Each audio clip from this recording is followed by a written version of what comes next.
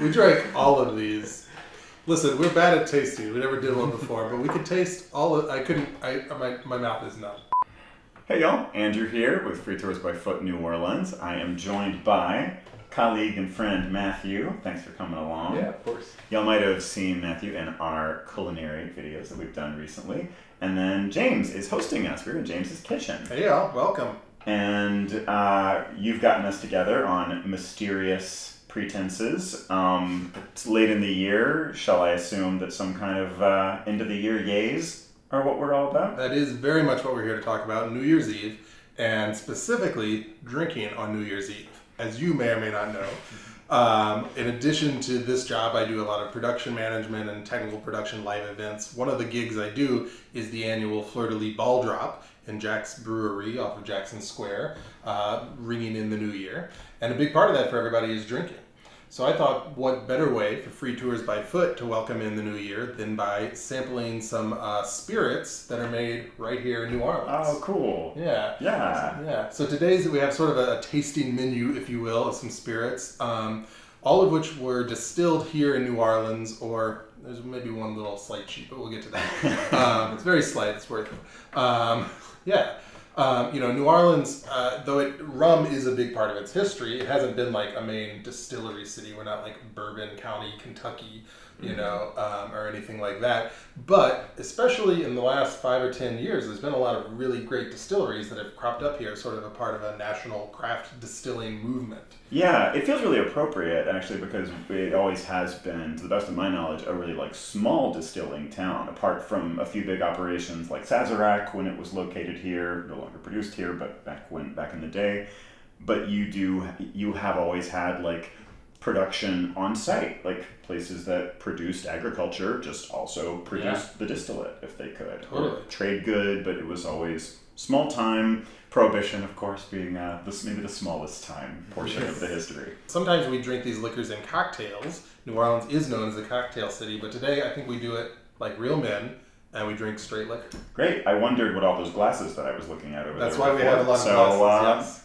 The mystery clears. Pair particular glasses with particular liquors? Is there... If you are good at this, you absolutely yes. I don't have those glasses. All right, so we're just having it for the sake of variety. I brought mason jars. Not knowing what we were in for, and that is kind of one size fits all. That's right. It'll all work. So I guess we should start with what's like your take on liquor. What's your experience with liquor? Okay. I will be representing the shallow end of the experience pool. Not a massive drinker. Not, I would say, the most refined palate. So I will be first impressions. If you're coming in as someone who drinks a little bit occasionally, I'll be representing you. All right, and I'll be like 857th impression. Where I don't know if I've tried any of the stuff that James has here today, but I've at least tried a lot of local things. I'm a big fan of liquor and liquor-related things, cocktails, so I'm excited to see what you got for us. Totally, yeah. Well, great. Let's get started. And what about you, James? Oh, I bought all of these, and I like drinking a lot. So you're the curator. I'm the curator. Yeah. So to start us off, I thought we would start like you do in the morning, with a cup of coffee. Our first beverage tonight, which I can sort of call a spirit, it's technically a liqueur or a cordial, is this coffee cordial produced by River Basin Distillery and French Truck Coffee. Now this is the cheat I mentioned earlier. River Basin Distillery is actually located in southern Mississippi, so they're not actually in New Orleans. I apologize.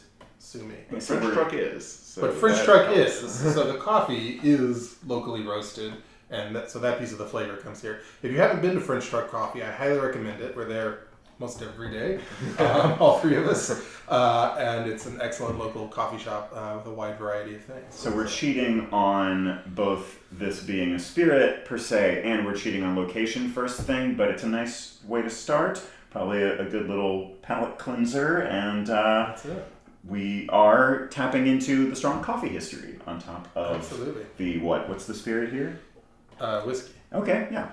It's a long story of that too. Yes. We're kind of at the convergence of those points, because whiskey would be shipped downriver, and then we were like the main point of entry for coffee in the U.S. coming from Central and South America. Oh, nice. So this is pure poetry. Yes. Oh, we should definitely cheers. Come on. Smells like coffee. Oh, that is notes of seasonal flavored latte Oh, to me. Yeah, I can see that. Sure. It's the French truck connection. Yeah, for sure. They do a snickerdoodle latte right now. Oh. I'm getting a hint of that. Yeah, I'm actually impressed. I thought it would be more coffee forward, but it's really more whiskey forward. Mm-hmm. I think. And it's not overly sweet. When I use the word cordial, which I think is the word they actually used on Yeah, yeah. I was worried it would be very Yeah, saccharine. there's a touch of sweetness, sticky. but it's very mild. It's very mild, very smooth though. It's a good whiskey. It's a good Yeah. very very tight. Reminds me of an Irish whiskey. Reminds me of an Irish coffee. Yeah, of course. yeah. It's really nice and balanced. Yeah, I like the ice too. I think that was the right call. Yeah. Good choice, good choice. Mm. This is totally like Mason jar is the right vessel for this. This is like porch swing. Is it night or is it morning? AM, but just technically. I was thinking if you came to New Orleans on a bachelorette weekend, and This you're is drinking in all the night, you get refrigerator. up in the morning, your hair of the dog is right here. Keep it going. 100%. Get rid of that hangover real quick. Where do you get this? So there's a couple of places in town that carry local stuff that are also local businesses. And I found this and several of the other spirits we're trying tonight at Rouse's Market. Rouse's Market is one of the local grocery chains, pretty good, pretty fresh food, that sort of thing. They have a couple of different locations around the city, but the one on Napoleon Avenue on Chapatulas has a great liquor selection, a lot of local stuff. So that's where I found it. Yeah, and I've never seen it at the coffee shops before, which might just be Yeah. my failing to observe, but Well, I don't know if it they're could be licensed. like They don't have a liquor license, license, yeah. they have Yeah, a coffee license. Sure. Yeah, license to brew. Yeah, that's right. That's To right. go- I mean, coffee prohibition. We don't even talk about. So speaking of prohibition, there is especially the connection between prohibition and coffee. There's a story that I've heard No way. where places like restaurants would serve alcohol more or less openly, and that the code for alcohol was coffee. When you asked for coffee, they'd bring you a mug, not of coffee with alcohol in it, just a mug with alcohol in it. And if you wanted actual coffee, I'd order coffee with chicory. I have no clue if this is true, but I like it. I like that. And I'll tell it like it is. All right, so to follow up the coffee, which was very lovely actually, I like that a lot. Hi, Marks. Our next selection will be our first rum. Of course, New Orleans has a long history of rum. You guys are tour guides. Tell the folks about rum. Rum is created from sugarcane, and New Orleans has a kind of long but varied history with sugar, which is that it was produced in the islands. French colonies close to us would have exchanged sugar and rum into New Orleans in the same way that colonists in what became the United States, the 13 colonies, drank a ton of rum because of the English island colonies that shipped it up there. So you always had rum coming in here, but then the big sugar history here begins end of the 19th century or into the 18th century, and it's one of the reasons why the U.S. takes a huge interest in buying New Orleans, because not only can it ship things out through here, but also it's becoming this mega in-demand agricultural region. So you get sugar plantations with all that entails, going all up and down the kind of lowest part of the Mississippi in the late 1700s, and of course with anything that has to do with sugarcane, rum follows. So this would have been made in plantations and at homes of all sizes from late 1700s onwards. And do you know the French Creole word for the sugar harvest? I cannot say I do. The word is roulisson, Convenient. Well which is the done. name of this next rum we have. That is locally distilled right here. So we should point out this is a white rum. You'll notice it came out clear. With rums, you have white rum, which is just not aged generally. Yeah. And then you'll have like darker or like amber rums or darker rums that are aged. And then you'll also have like flavored rums. Like very dark rums often have things that are like soaked in them, along with like spiced rums. So a lot of them are, unlike a lot of liquors, which are like very highly regulated, bourbon and things like that. Rum is just a free for all. You can do almost whatever you want with rum. Yeah. And so there's a bit more like variation, like types of rum and flavorings than you'll see in some other liquors. Totally. And you can also find a lot of like Caribbean rums and Haitian rums that have a very different flavor profile but look very similar. Yeah, and I don't know this particular distillery, but so New Orleans' small-time distilling scene, I mean, rum is kind of at the heart of it, and the oldest rum distillery in the continental United States, so very significantly leaving out Puerto Rico, is in New Orleans, but it's only like 30-something years old, which is old New Orleans rum, old being the key word there. So this is one of the newer ones. I'll mention Old New Orleans rum. We don't have any today. They actually had a fire back in May. And since then, they've had very little production. They don't have tours or anything, so we weren't able to get any of that. Yeah, noteworthy though. They do some great stuff. Yes, very smooth rum. Now this rum, the Roulisson, is supposedly known for being made with fresh molasses straight from the mill, and it's distilled in a copper pot, just like they used to do it pre-industrial back in the day. So should be pretty cool. Let's give it a shot. Ooh, that is potent.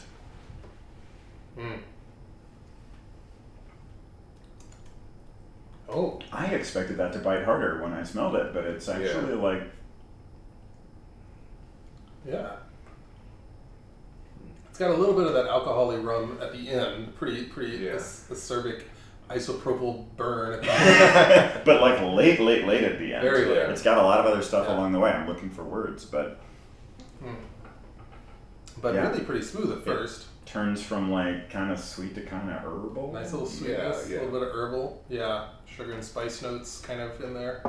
Yeah, rum, I guess, because it's distilled from sugar, will always have that sweet I think, and people travel... edge to it. Yeah. When people come to New Orleans, I feel like it's often on the back of like thinking of rum as a sort of, I don't know, college mixer sort of drink. Something super cheap that you just drown out. And when you get here, then it often becomes the thing you don't necessarily realize you're drinking when you drink something like a Hurricane or a lot of the tropical or kind of tiki drinks that the quarter really traffics in. But, even a white rum by itself can have a lot of complexity, and I think it's a great opportunity to reboot one's expectations. That said, very happy to have some citrus to throw in there. Benefit from a little citrus, a little something to wake it up.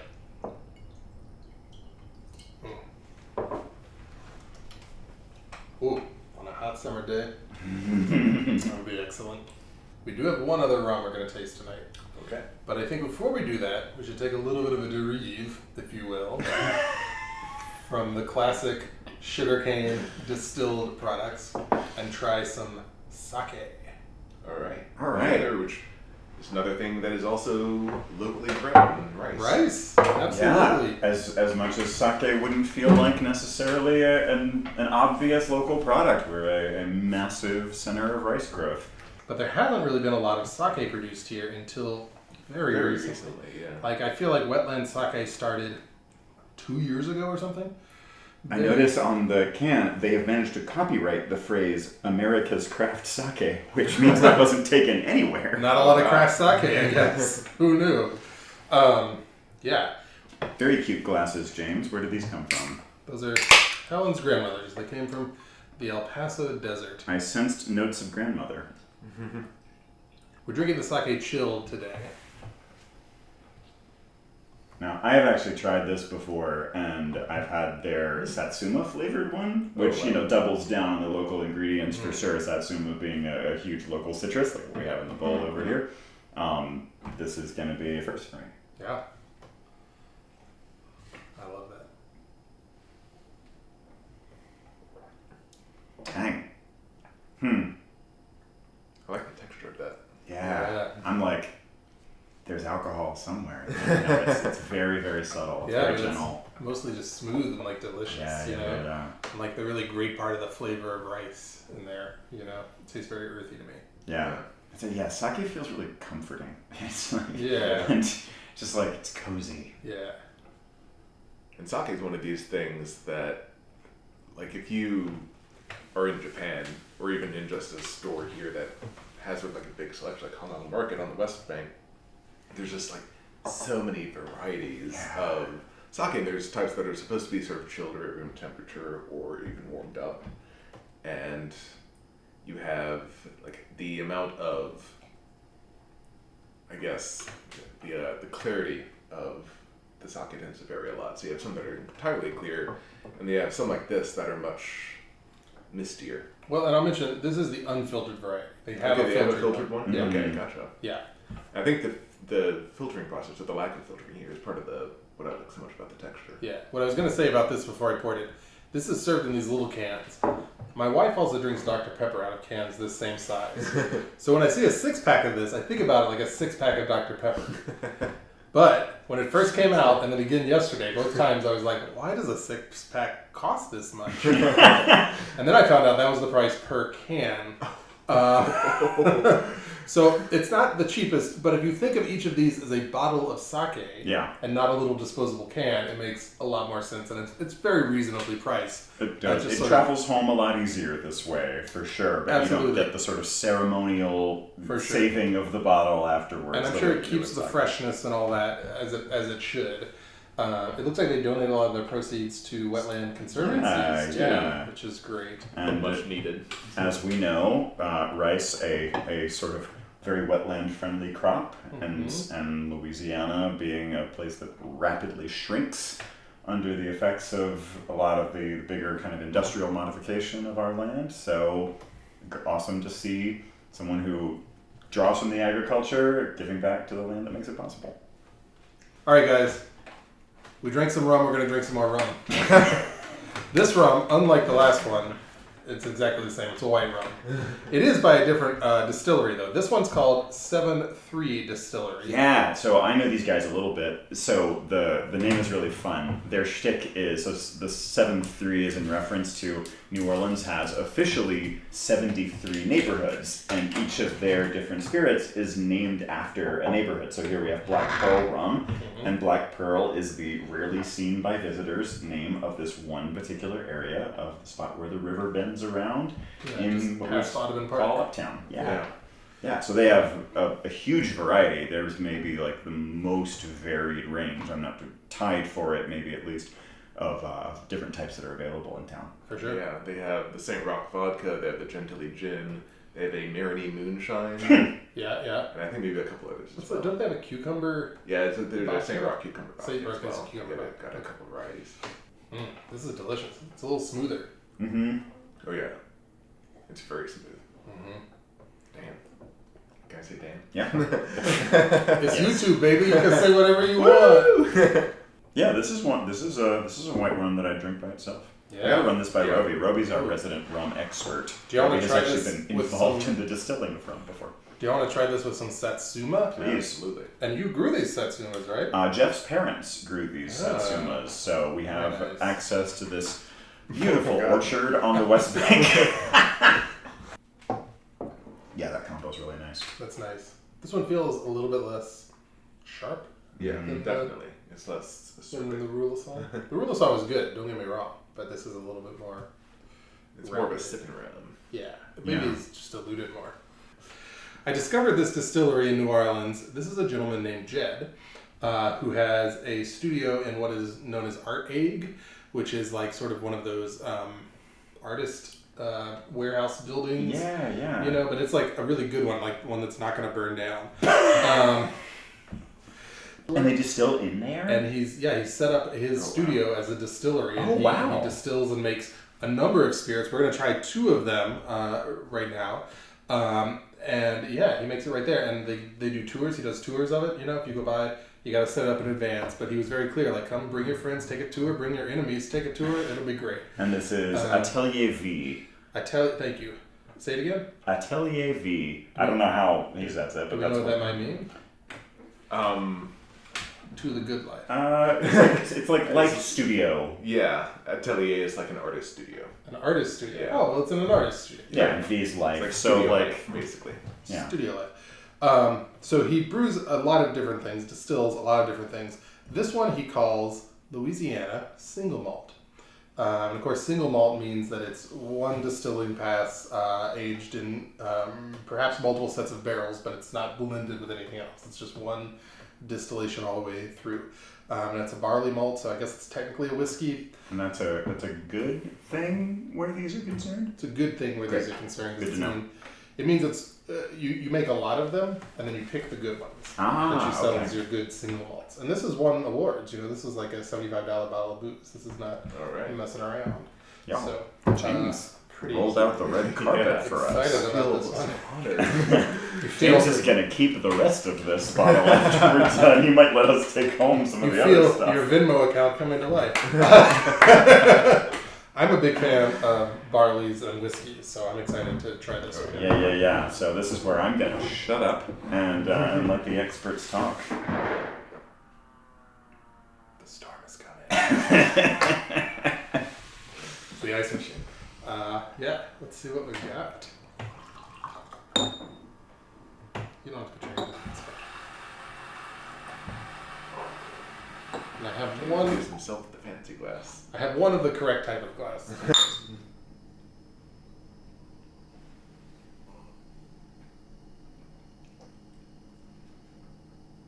What do people mean when they say oaky? Buttery. That's in Chardonnay. there. Oaky's Yeah. a good word. Yeah. Yeah, but it's also it's a little sharper. Mm-hmm. Yeah. It's a little more on It's the very pointed. It's right on the lips. You can yeah feel that, on the lips, on the tongue. Absolutely, It's an oaken dagger. it is. That's right. It's like splinters. Yeah, All right, and it feels to me. Let me try again. and it's got that barley flavor too. All right. Whiskey, and coffee. See how that goes. It's not bad actually. With are these just oranges? Those are navel Oh. oranges. Oh, just the ice softens this nicely. Yeah. That helps. Oh wow. That helps a lot. That helps significantly. So much Yeah. smoother. Wow. Yeah. That's crazy. If you try the Atelier V single malt, we recommend ice. Gentlemen, we've been on a tour this evening. We've gone all the way from the Black Pearl to the sugarcane field, all the way to French Truck Coffee, where we actually had coffee this morning. But to end the night, I want to take us to Old World New Orleans, back to France. I mean, the French New Orleans. As- Yeah, as- look yeah. at to Nouvelle-Orléans. No, not Two. that far back. Okay. Yeah. No, Nouvelle Orleans is correct. Yes. Great, we're with it. I thought you said Vieux Orleans. Just to Orléans, right? I want to end the night with the Toulouse Green Oh. Absinthe Vert. Yeah. So we're looking at green absinthe, and as we have already discussed, this stuff has a story here. It does. Mostly just because of the French connection, but it also is an ingredient in one of our key cocktails. Yes, yeah, the Sazerac, which is the official cocktail of the city of New Orleans. And the way that's made is that you coat a glass in absinthe, and then you have rye whiskey, sugar, traditionally a sugar cube. Nowadays people mostly use simple syrup, and then a bit of lemon rind to like rub along the rim and to drop into the glass. Yeah, very, very like seasoned whiskey, kind of small amount, big kick, subtle, a remarkably variable flavor profile in those, depending on who's making it. And this is another case of usually you'd have this with a sugar cube, but in this case, it comes pre-combined. So if you get absinthe, like in the French Quarter, for instance, there are several absinthe bars. There's the old Absinthe House on Bourbon Street. There's the Pirates Alley Cafe right near St. Louis Cathedral. There's Potions, which is the absinthe speakeasy above Fritzl's. Fritzl's Jazz Pub. Yep. And they'll have a whole, I forget what it's called, it's like a construct that you pour water through a sugar cube into the absinthe. It looks like alchemy. It looks like magic. And it's very expensive. So that we're talking $20 for a glass of absinthe typically. But it's like an experience. A lot of people don't like absinthe because it's a niche flavor. It has kind of a licorice flavor to it. And it doesn't look like it should taste the way it tastes. Yes. So if you are looking at it and you're if you have reference to like margaritas, people tend to expect it to be citrusy, whereas when you actually try it, it's super, super herbal. It's not at all sweet on its own, but even the kind of sweet it is very, very different from most things people outside of New Orleans are used to, and so it's new. So what he told me, the distiller himself said this is already sweetened. So we are going to dilute it with some ice water. All right. But we're not going to add sugar. And hence the shot glasses. We don't need a whole lot of this. You wouldn't actually shoot this, but we ran out of other glasses. I need some ice to make ice water. I also need a glass, obviously. I've never had absinthe before, have you? Really? Really? Never. I don't think I have. Oh, big Probably had day. mixed with things, but never straight. You've had a Sazerac? Yeah, I mean, I've had a Sazerac, Yeah. where it's like a little coating of anise on the glass. Yeah, but then there's like you get drinks where it's a much more significant portion of a cocktail, and then there's just having it straight, which is a real decision. Have you ever had like ouzo or sambuca? Oh yeah. It's a bit different from those, but there's a lot of overlap in terms of like the base flavor. Wax cap. The wax. Yeah. So absinthe has been associated with New Orleans for a long time. It is associated with Paris in particular, although it was invented in Switzerland. And it's something that was originally used for medicinal purposes, and then people were like, oh, we can just get drunk off of this. And for a long time, I've had a reputation for being like hallucinogenic. Mostly because when they didn't have the FDA or anything like that, so there was just like formaldehyde. And so it was very, very bad for you. Now there's no hallucinogenic qualities or anything like that. It's all regulated, so it'll just get you drunk. It's really fun though, like walking through Pirates Alley and watching the people who expect it to be hallucinogenic, like go in there anyway. Yes. Just by sheer force of will. It gets cloudy as you add the water too. God, that's so fun to watch. Interesting. All right, gentlemen. Hoppa. Also, shot glasses are completely wrong. Yeah. Oof, yeah. Very anise. God, I love the smell of absinthe. Oh, wow. But it's pretty distinct from other absinthes that I've tried. Yeah, licorice candy, but like really open and like. Yeah. I'll say it's like something else. There's some other flavor there initially, and then it really like kind of mellows out into that or the licorice. And when I say licorice candy, it sounds licorice like sweet, lingers. but it's not sweet. It's savory. It's delicious. Yeah, it's sweetened, but not enormously. Yeah. And so you're getting, from the absinthe I've tried on kind of the mild end of the spectrum, sweetness-wise. And worth mentioning, too, I think these guys do a red absinthe, too. They call it, So there's, they highlight that this is a green variety with which I think typically absinthe is green. It's called it has the nickname of being the green fairy. It is typically green. This is the standard, but they have a version that includes hibiscus flavors. We've said hyacinth every time we've talked about this, and it is not. It's not hydrangea. It's not bougainvillea. Hibiscus. Hibiscus. Thank you. Thank you. I'm sorry. And here again, we are not strictly in spirit realm. In the spirit world. This is spirit that is then. It's an enhanced spirit. Yeah. Starts as a spirit, gets doctored. With the wormwood, though, once you drink it, the spirits come to you. I would like to try this on a night when I haven't had 5 other liquors first. Thanks for coming along with us on this tour of New Orleans-based distilleries. There's some amazing alcohol in New Orleans. If there's any other nuances of New Orleans, that's a good title. If there's any other nuances of New Orleans you'd like to know about, let us know in the comments below. James just becomes a poet when he's drunk. We drank all of these. Listen, we're bad at tasting. We never did one before, but we could taste all of.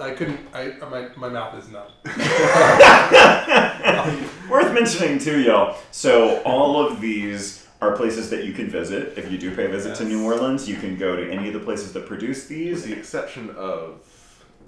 Correct. Yeah. Here. You can go to French Coffee. You can get coffee. Right. This is a coffee shop you can go to. The rest of them are distilleries or sakeries that you can visit. So getting the in-person experience, even if these are hard things to find in your hometown, maybe, you still might be able to, while you're here, find them in grocery stores and visit the places they're made. Do a tasting of them side by side. If a bottle isn't your whole way of committing, ask to try a shot of it when you're at one of the local bars. A lot of the places in the French Quarter and thereabouts are going to stock this stuff, and they love to have a conversation about the details of it. Same kind of thing that we've been doing. Absolutely. Yeah. But probably more informed than us. Absolutely. Yeah. Far more informed. We don't know what we're doing. There's also a bevy of local breweries who make local beer. Let us know if you'd like a video about local beers of New Orleans. Say that you would, because I would like to do this again. All right. Well, you're hosting next time, and Okay. we will trust you to figure out the best ones. All right. Perfect. I can do that. Thank you guys for joining us. Check out the channel and be sure to Venmo us cash. I don't know how this works. If you want to do that, we'll have the means to do it. Like and subscribe. That stuff. Thanks so much. Like and subscribe. Cheers. Cheers. Cheers. Happy New Year.